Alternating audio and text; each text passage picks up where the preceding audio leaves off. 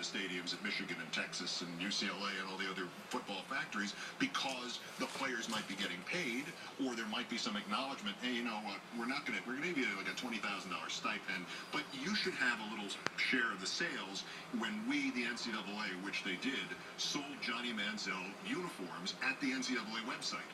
That is essentially the idea.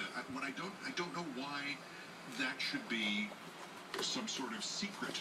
It's like, who are you kidding? Nobody cares, and you're not fooling anybody. So that to me is the essence of that problem. And I understand that for the weekend there's something the coverage, and I believe it's CBS. They're going to have a camera on Johnny Football the entire game. Who are they playing this weekend? Doesn't matter.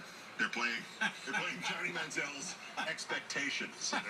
What can he do? Yeah. Well, I would be in a bad position to sort of pound this because I think ESPN did this with, 20 or 30 different athletes, at least one, I don't know. But it's not an uncommon practice to have just an ISO camera on one player. I think they did it with LeBron James a couple times in the NBA. Wow. So. Well, anyway, I'm on Johnny Football's side. I mean, you got to be. It's college pro football. So what, does that diminish it in some way? We think they're all amateurs and doing it for the grades? What did you think of the president last night? I was watching sports. Is that right? You didn't see the president? Yeah, it's really nice. Well, now help me out here. What happened? Because it looked like we were going to go in and kill him, which was, I voted for killing him. Yeah.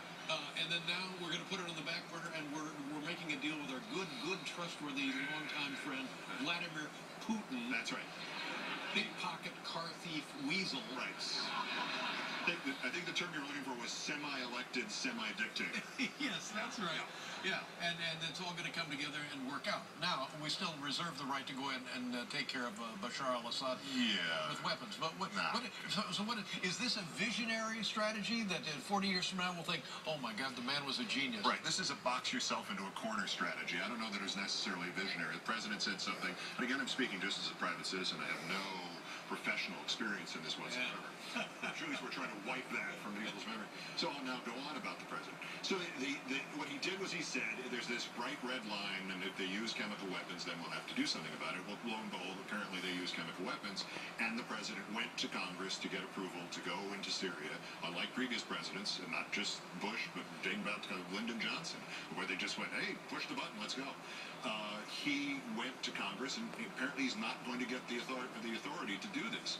Now, there's many arguments about whether or not a president needs that congressional authorization to go to war. My understanding he doesn't. But if you ask, and they don't say yes, you can't turn around and go, thanks anyway, send the planes. You can't do that. And so the president has locked himself into this corner where he had to float something to the Secretary of State, which was Monday, John Kerry, who said, if they want to avoid bombing, they could just put these weapons under international control in the next week, which is the first sign that it's not going to be anything for a week. And then the Russians said, hey, that's a good idea. And then the Syrians said, we can talk about that, and that's what's going to happen. Yeah, so yes or no, is this a good, better, and more enlightened way to approach this problem, or not? Sometimes it's better to be lucky than good. And I think we're going to be lucky in this one. They'll get rid of at least the weapons, and at some point the Assad government has to collapse of its own weight. Anything else? Derek Jeter, disabled... Derek Jeter, gone for the season, apparently never will play again with Mariano Rivera in a Yankee game. And what, do you think he'll be back next season? Could be, but he tried to power through a very bad ankle, and, being a success at a young age and healthy his whole career, he said, no, just because my ankle is screaming at me, I'm going to break soon. Sure. There's no reason to stop playing. In fact, he did just broke it right there on the field eventually. Yeah. And we'll be 40 soon, is that right? Yeah, I know. Well, I hope he comes back. I do too. And I hope you come back, and I hope when you come back you still have the same show. Thanks.